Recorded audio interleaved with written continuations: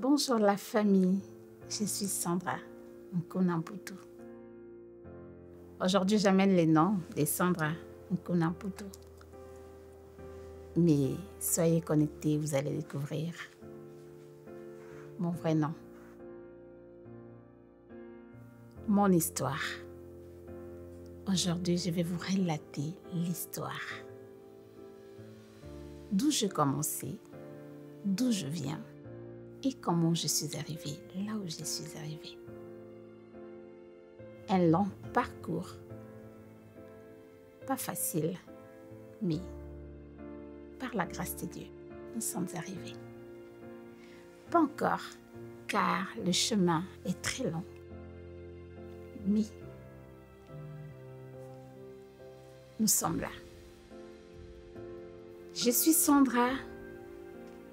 Je suis née dans une famille de 4, une grande sœur, Maïs, Vanessa, Patou, Gloire. J'ai perdu mes parents à l'âge de 13 ans. Ma mère est morte en 2000, le 22 juin, et mon père adoptif en 2001 au mois de février. Quelle tragédie. Pas facile, hein? Tout est devenu noir, très sombre, très sombre. Il n'y avait pas de route, il n'y avait pas de chemin. Pas de secours. La vie est devenue sombre. Comment trouver le chemin? Il y avait l'obscurité partout. On avait où toquer, on avait où demander. Mais une chose, la vie est compliquée. Une chose, dans l'obscurité, il y avait quand même quelque chose de brillance. La personne qui avait des yeux, seulement qui pouvait le voir. Et là, après la mort de mes parents, on me laisse avec un enfant de 6 ans. Vous allez comprendre qui est l'enfant. Pas chose facile. J'étais enfant, j'étais en première secondaire. Et là, je deviens mère. Et je dois me prendre en charge. Oh wow! Pas facile. Continuons dans l'histoire. C'est mon histoire. Histoire vraie. Et là, le chemin s'ouvre. C'était quoi ce chemin? Les études. Il n'y avait plus d'espoir. Mais je me suis dit non. Laisse-moi me focaliser, peut-être dans les études. Un jour, qui sait, Dieu voulant, ça peut aboutir. Et je ne sais pas. Soyons connectés pour savoir si réellement ça aboutit. En 2006, je décroche mon diplôme d'État. Oh, grâce à Dieu. Après un long parcours, j'avais un enfant de 6 ans que ma mère m'a laissé, que je devais prendre en charge. Et là, je ne me suis pas fatiguée. Je me suis dit, je ferai de mon mieux. Je vais étudier, aider mon petit frère à étudier. Et j'ai une grande sœur qui était génie de toutes. À l'époque, elle était toujours la première de la classe. Et la différence, l'écart de pourcentage était de 15%, 10%. Après la mort des parents, elle n'a pas fini ses études humanitaires. Quelle tristesse. Mais, grâce à Dieu, je décroche mon diplôme d'État en 2006. Et là, je me dis, j'ai commis une grosse erreur que je ne permets à aucune personne de le commettre. On m'a conseillé, Sandra ne fait pas ça. Mais à l'époque, il n'y avait pas la maturité. Je ne pouvais pas comprendre. Je me dis non, je veux me sacrifier pour aider mon petit frère qui était mon bébé que ma mère nous a laissé. Et je vais vous dire comment j'ai étudié et qu'est-ce qui m'a poussé à étudier, qu'est-ce qui m'a aidé. Jeune fille que tu me suis, ne trouve pas de raison de dire je n'ai pas de parents. Je vais me laisser exposer chez un homme, tomber enceinte juste pour avoir la nourriture. Une grosse erreur. Et voilà la bêtise que je fais. Je me suis dit, non, je vais me reposer 2 ans, que je me focalise sur mon petit frère pour étudier. Et là, je sors du destin. Ces 2 ans m'ont rattrapé. Comment? Soyez connectés. Je me repose pendant 2 ans. J'aide mon petit frère à étudier. J'avais un rêve que je ne pouvais dénoncer, de faire la médecine, être un grand médecin. Et là, je commence mes études après 2 ans. Je finis en 2011, j'obtiens mon diplôme de graduat. Grâce à Dieu, ouais. Et tout ça, vous allez comprendre comment je le fais. Un regret, je récapitule un peu. En 6e des humanités. Oh wow, je n'ai pas vécu ces moments. J'ai tant regretté. Je me suis dit, pourquoi? C'était quoi ces regrets?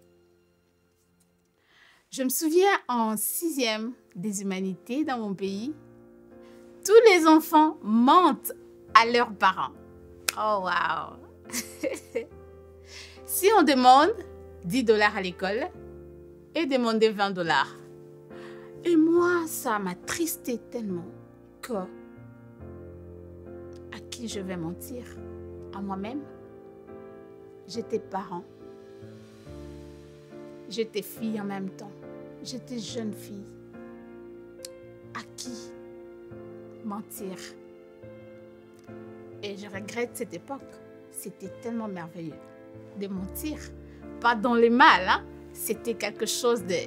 Hein? En 6e, on était libre de faire ça. Car on passait à l'université, alors on pouvait quand même se réjouir. C'est un regret grave.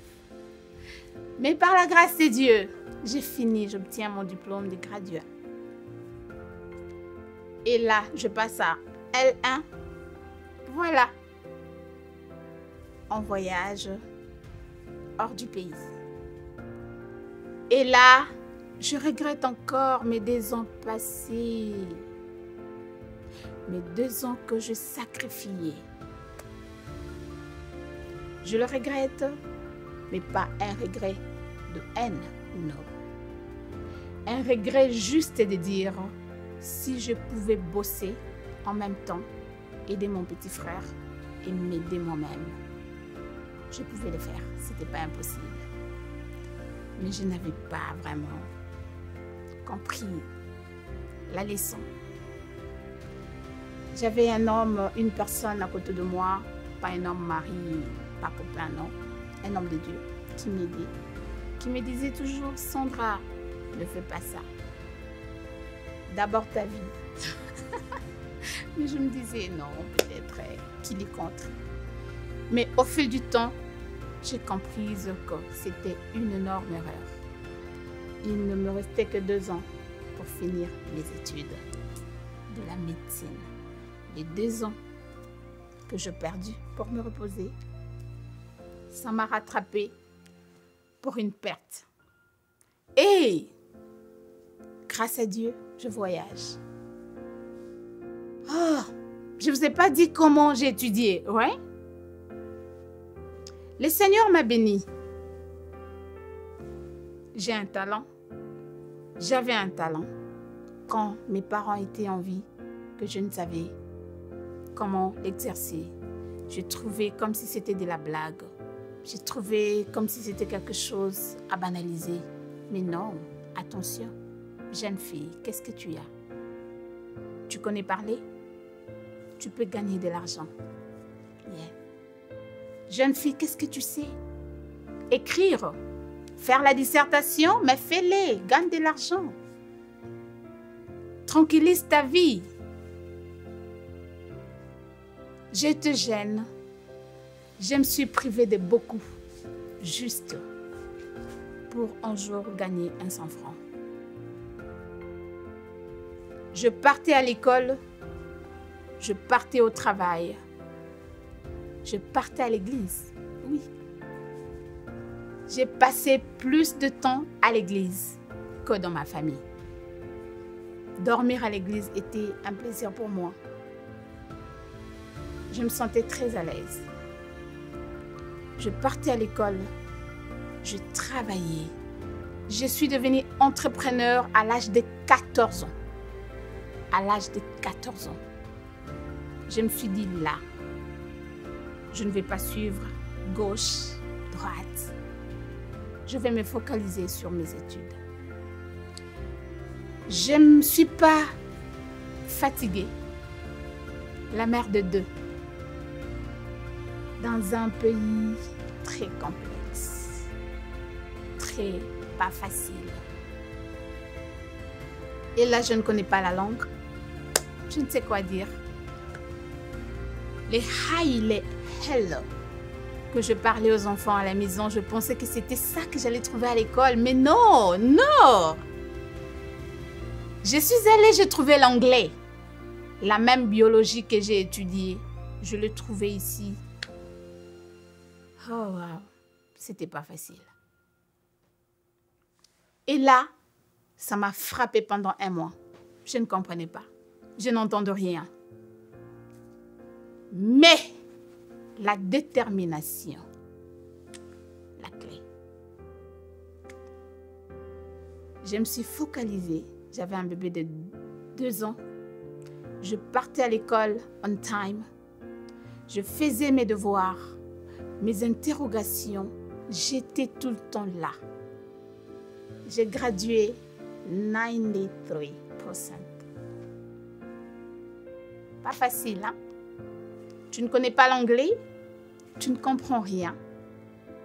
Mais à la fin, j'obtiens 93%. J'étais la première personne de graduer dans notre faculté ou génération, là où j'étais, le même jour que mon école m'a donné. Et encore, un programme de 2 ans que je fais à 1 an. Ce n'est pas difficile. Si je le fais, tu peux le faire. Je t'encourage. Ne baisse pas les bras. Même quand tout semble être fini. Tu peux avoir des parents, mais la conjoncture ne permet pas toujours. Hein? Jeune fille, à la place de chercher des longs cabelos, à la place de chercher le make-up, cherche ce qui est essentiel, qui peut te donner le make-up dans le futur. C'est pourquoi j'ai dit ce que tu as. Tu connais marcher, mais oui, hein? Tu peux gagner de l'argent avec ça. Tu connais préparer? Let's cook together, oui? Tu peux gagner de l'argent avec ça. L'autre fois, je l'ai dit, tu peux couper les oignons et le mettre dans le sachet, vendre, gagner de l'argent. Arrêtez de vous distraire. Ce monde n'est plus le monde d'avant. Nous devons travailler, femmes, hommes, travaillent. Sortez dans la distraction, travaillons. Donnons ce que Dieu nous a donné. Il m'a donné mes mains. c'est avec ça que j'ai étudié. C'est avec ça que j'ai aidé mon petit frère, mon bébé que j'appelle, que ma mère m'a laissé. Vous allez vous poser la question, ma grande sœur était où? Si elle était là, juste l'écart de 2 ans. So, on était comme si tout le monde était enfant. Et là, je finis avec mes études de cosmétologie aux États-Unis. Pour la première fois, j'ouvre un salon aux États-Unis. Sans oublier, dans mon pays, j'avais un salon qui m'a aidé à aller à l'université. Partir à l'université, retourner travailler, finir vers 22h, tu pars à l'église. Tu ne vas pas dormir à l'église parce qu'il y a veillé demain matin. Je me lève, je pars à l'université. Et là, en 2017, au mois de novembre, j'ouvre mon premier salon aux États-Unis. Un long parcours et compliqué. En 2020, deuxième salon aux États-Unis. Toujours en 2020. Les livres sur les avantages et les désavantages des cheveux naturels qui est sur Amazon. En 2017, voilà les résultats. Focus. Un produit miracle qui réjouit le cœur de femmes. Et là, je ne me suis pas limitée là. Je me suis dit, je veux foncer, je veux continuer. Je veux continuer. Je deviens conférencière. Et je sais que par la grâce de Dieu, nous irons de gloire en gloire. Un conseil, ne te décourage jamais.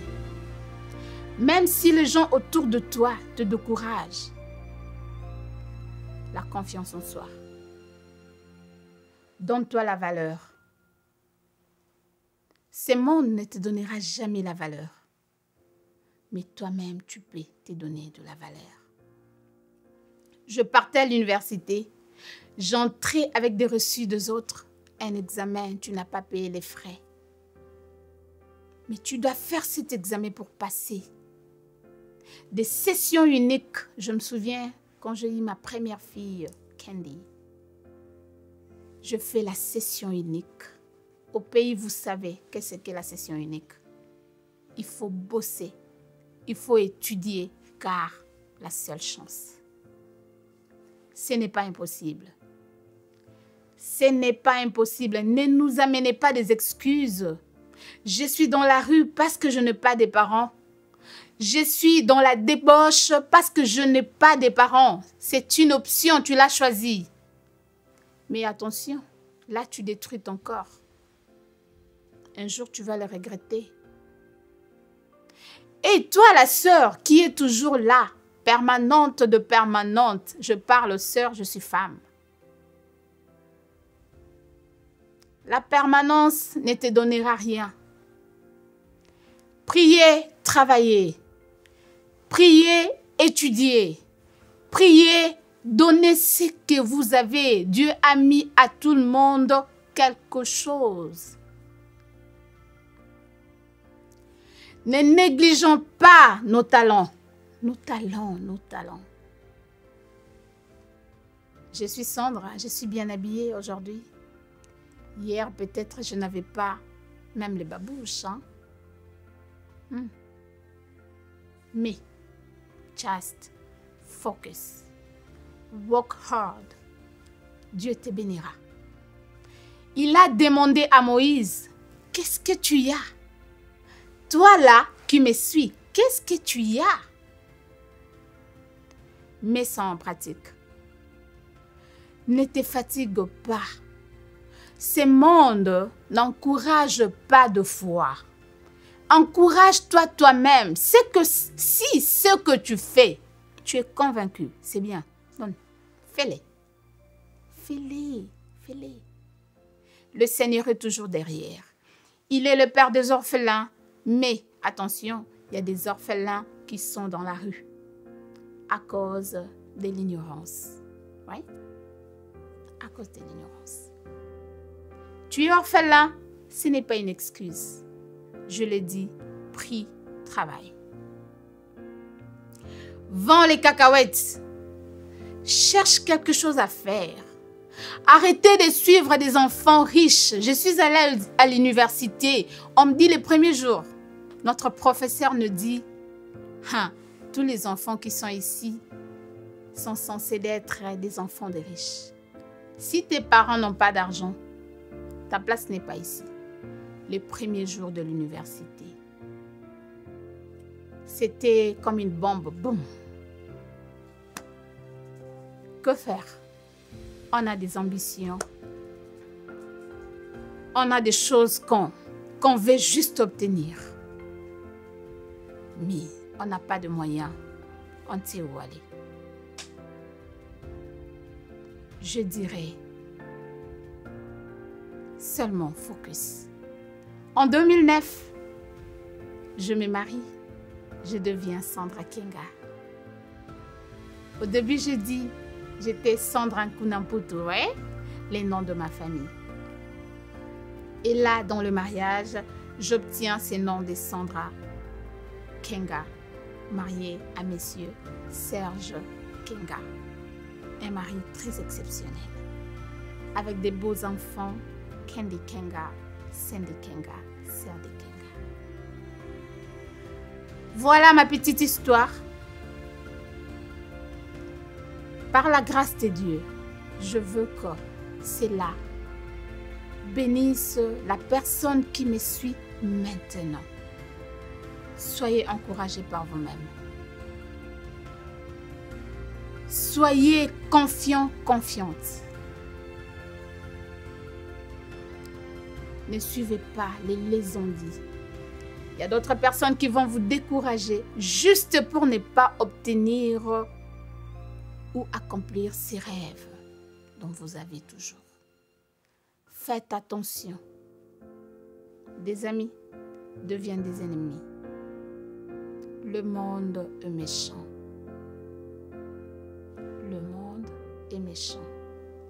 Soyez bénis. Je vous aime. Laissez vos commentaires.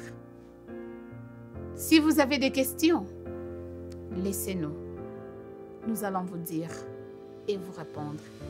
Je sais que je ne suis pas trop allée en détail. Il y a eu des moments où il n'y avait pas de place pour dormir. On dormait dans la rue. Il y a eu des moments où on n'avait pas à manger. Il y a eu des moments très noirs, sombres, comme je l'ai dit. Très noirs. Mais il y a toujours un chemin que Dieu fraye pour ses enfants. Soyez bénis. À la prochaine.